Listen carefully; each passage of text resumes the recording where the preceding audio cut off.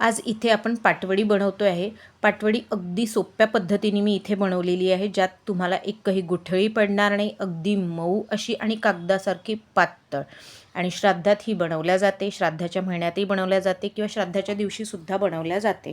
तरी श्राद्ध स्पेशल मी पाटवडी बनवलेली आहे, अगदी सोप्या पद्धतीने। कोणी पहिले बनवली नसेलही तरीही तो या अशा पद्धतीने जे मी सांगितले त्या पद्धतीने जर बनवेल तर अगदी परफेक्ट अशी बनेल। बघा किती छान पातळ अशी झालेली आहे, अगदी मऊ लवचिक अशी झालेली आहे, तोंडात टाकताबरोबर विरघळणारी, खूप चविष्ट अशी। तर यावेळेला नक्की श्राद्धाच्या याच्यात ही बनवून बघा, खूप चविष्ट अशी। तर वेळ न गमावता रेसिपीला सुरुवात करूया। सुरुवात करण्याआधी तुम्ही जर ही रेसिपी फेसबुकवर बघत असाल तर माझ्या पेजला फॉलो करा आणि यूट्यूबवर बघत असाल तर माझ्या चॅनलला सबस्क्राईब करा। त्याचबरोबर लाईक, शेअर आणि कमेंट नक्की करा आणि व्हिडिओ पूर्ण बघा।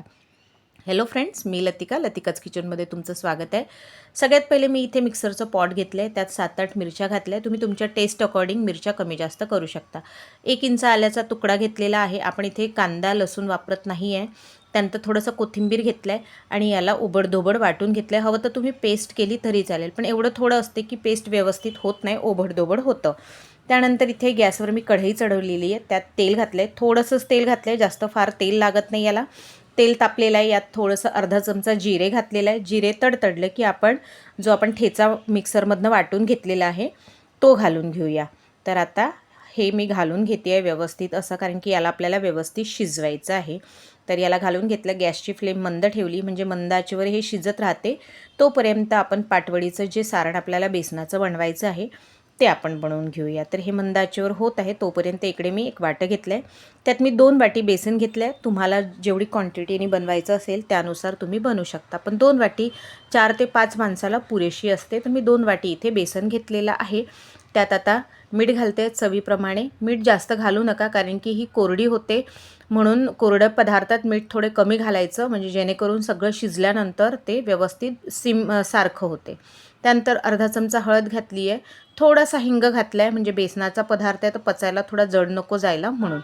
तर इथे मी सगळे पदार्थ कोरडे पहिले मिक्स करून घेतले। त्यानंतर इथे पाणी टाकून आपल्याला पातळ सारण असं तयार करायचं। पहिल्यांदा थोडंच पाणी घालायचं आहे, एकदम पाणी घालू नका, कारण की काय होतं, एकदम पाणी घातलं ती खूप जास्त पातळ होतं आणि आपलं पाटवडीचं जे सारण आहे ना ते लवकर दाटसर व्हायला वेळ लागतं, लवकर होत नाही दाटसर, म्हणून तर हळूहळू थोडंच घालायचं। आता मी थोडं घातलं आहे, बघा छान दाट झालेलं आहे, भज्याचं जसं लागतं तसं। त्यात मी अजून थोडं पाणी घालते आणि पातळ करून घेते आहे व्यवस्थित असं मिक्स करून। तर इथे मी मिक्स करून घेते। त्याचबरोबर माझ्या चॅनलवर वेगवेगळ्या नवनवीन रेसिपीज आहे, एंड स्क्रीनलासुद्धा मी रेसिपीज दिलेल्या आहे आणि आय बटनलासुद्धा छान छान दिलेल्या रेसिपीज दिलेल्या आहेत। तर नक्की व्हिजिट करा आणि तुम्हाला कुठली रेसिपी आवडली ते मला नक्की कळवा। आणि हो, आजची जर रेसिपी तुम्हाला आवडली असेल, एक कमेंट आणि एक लाईक तर नक्कीच करा। तर इथे आपलं जे ठेचा आहे तो शिजत आहे छान, आणि हे जे बेसनाचं बॅटर बनवलेलं आहे ते सुद्धा छान मिक्स झालेलं आहे। तर अशी चाळण घ्यायची किंवा तुम्ही चहा गाळणी घेतली तरीही चालेल, पण स्टीलचीच घ्या, गॅसच्या फ्लेमवर असते तर वितळायची भीती असते। असं चाळून घ्यायचं म्हणजे यात कुठल्याच गुटळ्या होत नाहीत आणि यात काही जर असेल तर ते सुद्धा निघून जातं। तर इथे मी असं चाळून घेतलेलं आहे म्हणजे एकही गुटळी होणार नाही। बघा असं यात जे असतं, कधीकधी रेडीमेड आपण बेसन आणतो त्यात असं कणं असतात, ते सुद्धा निघून जातात।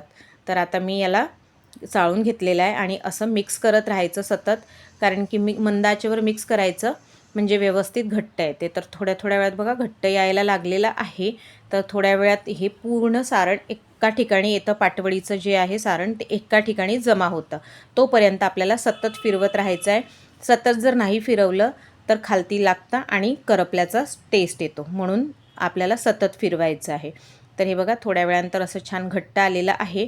आता अजून त्याला 2 मिनटं अजून परतून शिजवून घेते मी, तर ते पूर्णपणे छान व्यवस्थित घट्ट येईल। तर इथे आता घट्ट यायला लागलेलं आहे हळूहळू छान व्यवस्थित। बघा किती मऊ झालेलं आहे आणि सगळं बेसन एकत्र आलेलं आहे। तर आता या स्टेजला आपल्याला गॅसची फ्लेम बंद करायची आहे, आपल्याला गॅसची फ्लेम बंद करायची आणि एक ताट किंवा तुम्ही कुठले सिलिकॉन मॅटसुद्धा घेऊ शकता। तर मी ते ताट घेतले, सिलिकॉन मॅट आहे, पण मी शक्यतो आपले जे घरचे वापरीचे साहित्य आहे त्याच याच्यातनं माझा प्रयत्न असतो की आपल्या घरच्या वापरीतल्या साहित्यातनं आपले रेसिपी बनायला पाहिजे।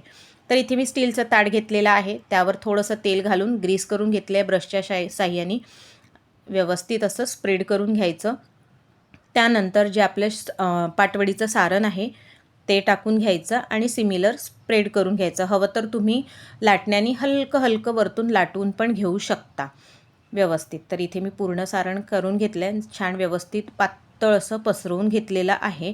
मस्त अशी पातळ पातळ आपली पाटवडी बनते, अगदी मऊ बनते, तोंडात टाकताबरोबर विरघळणारी बनते. जर तुम्ही माझ्या पद्धतीने जर नक्कीच केली तर नक्कीच परफेक्ट अशी बनेल. तर इथे बघा सगळी मी व्यवस्थित छान पातळ पसरून घेतली. आमच्याकडच्या बाजूच्या कडाकडा थोड्याशा कुरतडून खाणं सुरू झालेल्या होत्या, की मम्मी छान झाली असं तसं म्हणून सुरू होतं, की काहीतरी बहाणा बनवून खायला मिळतं. तर यावरती वरतून मी छान खोबरा कीस घालून घेतलेला आहे. सोबत छान कोथिंबीरसुद्धा घातलेली आहे. कोथिंबीर आणि खोबरा कीस घातल्यानंतर थोडंसं हात ओला करायचा आणि थोडंसं प्रेस करून घ्यायचं. हात ओला नाही केला तरीही चालेल, प्रेस करून घ्यायचं जेणेकरून खोबरा कीस आणि कोथिंबीर त्या पाटवडीला छान चिपकून घेते. थोडं थंड होऊ द्यायचं. थंड झाल्यावरती याची तुम्हाला जशी आवडेल त्याप्रमाणे आपल्याला काप करून घ्यायचे आहेत. तर मी इथे डायमंड शेप केलेले आहे, तुम्ही स्क्वेअर करू शकता, छोटे मोठे आवडेल तसे करू शकता. तर इथे मी डायमंड शेपचे काप करून घेतलेले आहेत, मस्त असे चविष्ट. चवीला तर खूप छान झालेली आहे. तर माझ्याकडे खाणं सुरूच झालेलं आहे, त्यामुळे मी चव सांगू शकते. तर हे कडा मी काढून घेतले, कडा भाजीमध्ये यूज करेन आणि ह्या अशाच खायला यूज होतात. बघा किती पातळ आणि लवचिक, बघा किती छान आहे, तोंडात टाकता बरोबर विरघळेल अशी, खूप चविष्ट अशी लागते. तर यावेळेसची पाटवडी, यावेळी श्राद्धाला अशी पाटवडी नक्की करा आणि केली की नाही तुम्ही ते मला नक्की कळवा. तर भेटूया पुढच्या रेसिपीत. तोपर्यंत बाय.